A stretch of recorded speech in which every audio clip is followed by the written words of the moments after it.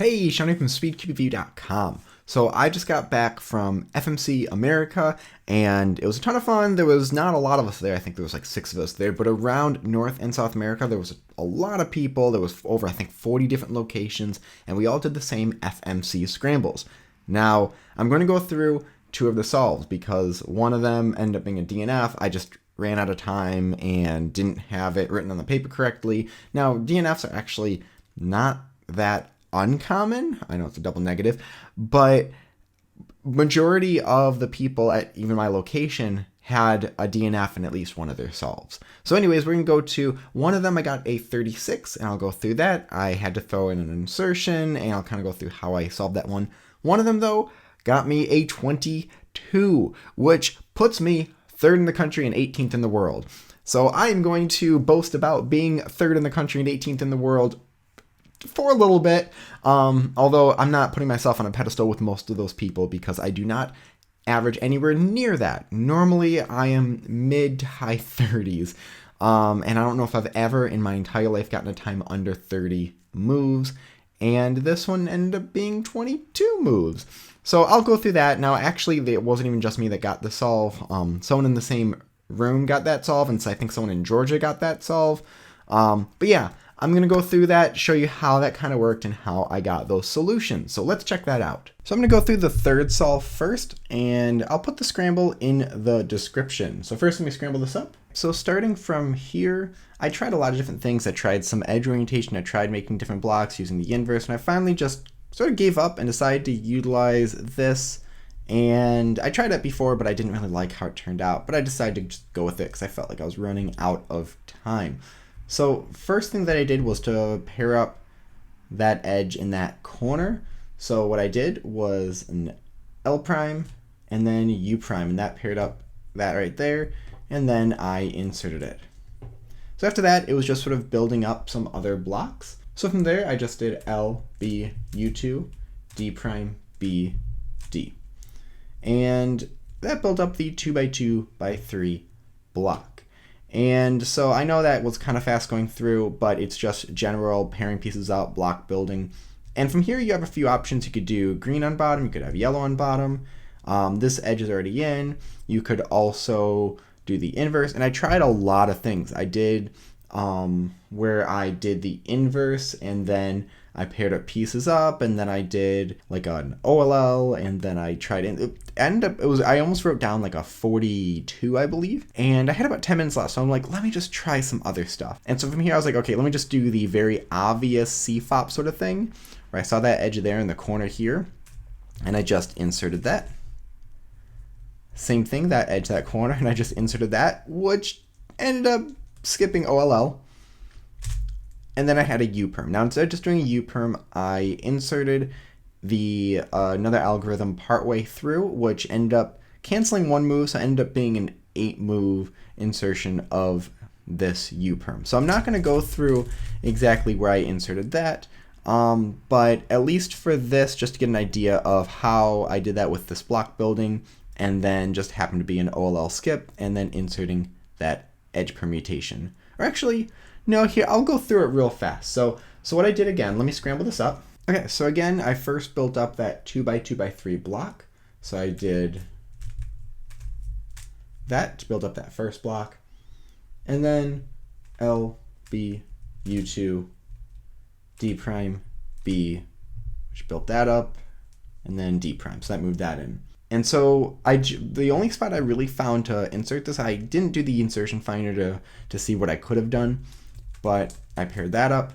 And then as I'm about to pair this up, that's where I found a good spot to swap a few of these edges around. Now, I don't know if this is the most efficient thing to do, but it's what I knew at the time. So all I did was L prime U, and then F prime B, then L2, F B prime U, and then this is where it canceled a move because what I need to do is an L.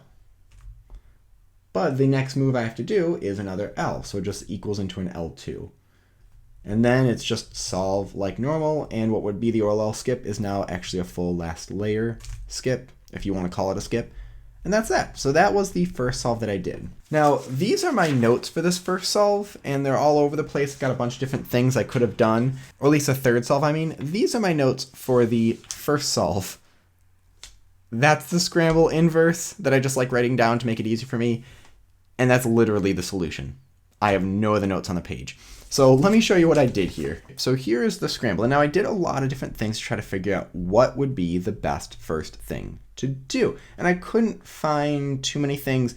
And so I found an easy edge orientation. And that's what I decided to go with. So after about 10 minutes, I realized I just wasn't going anywhere. So what I wanted to do was just do a full solve and see how it turned out. And if it turned out decent, I would write it down and use that as like a backup if I can't find anything by the end. So here's what I did. So I first did edge orientation. And so I put white on bottom, and I believe was blue in front. I think blue was in front. So we just want to look for bad edges, and what we have is, well, actually here, I'll just start like this. Yeah, because you can see a bad edge here, here, here, and where's this last one? Oh, it's right there. It's right in front of me.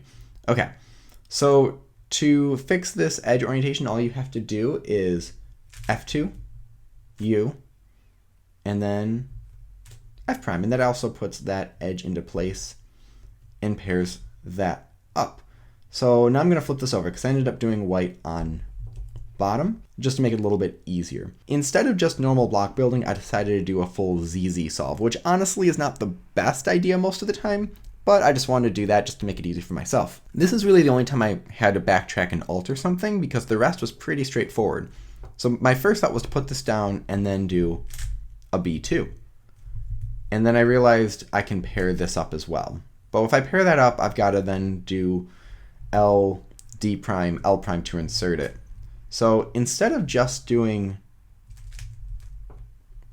L and then doing B2, I did L2, B2, which also moved the red into place, and set this orange edge up. So when I pair this, all I have to do is insert, which then I realized, oh, that's paired up, so let's insert that as well.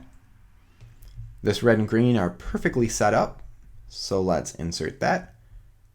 And then this red and blue, and that red and blue are right there.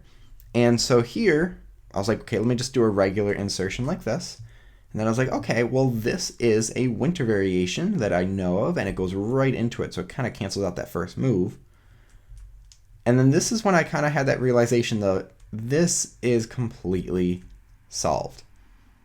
And that's 22 moves. So now there's some discussion on if that's a lucky solve. Now, I will say, yeah, it's lucky. I've never had anything anywhere close to that. I think that might be over 10 moves shorter than any other solve I've done in the past. But on the other hand, you need to understand how to do edge orientation. You do need to have some thought, at least for that one L2 I was talking about. The rest pretty straightforward, but then you also need to know a winter variation. And if you don't know that, if you just insert it like normal, and then the best commutator you can find to insert will leave you with a 25. So there are still some things you do need to know. So I'm going to say that although it's a lucky solve, you still need to know what you're doing. You still have to have some of those techniques down to understand how to do that. But that's it. So I wanted to kind of go through those two solves so you can see what two FMC solves looked like. I wish I got a third one, or that second one, because I still don't have a mean. I still don't have a mean of 3. So that'll be next time. But thank you very much. Leave your thoughts and questions in the comment section below. Hit like, subscribe for more content like this in the future. And as always, stop by speedcopyview.com for more news and reviews.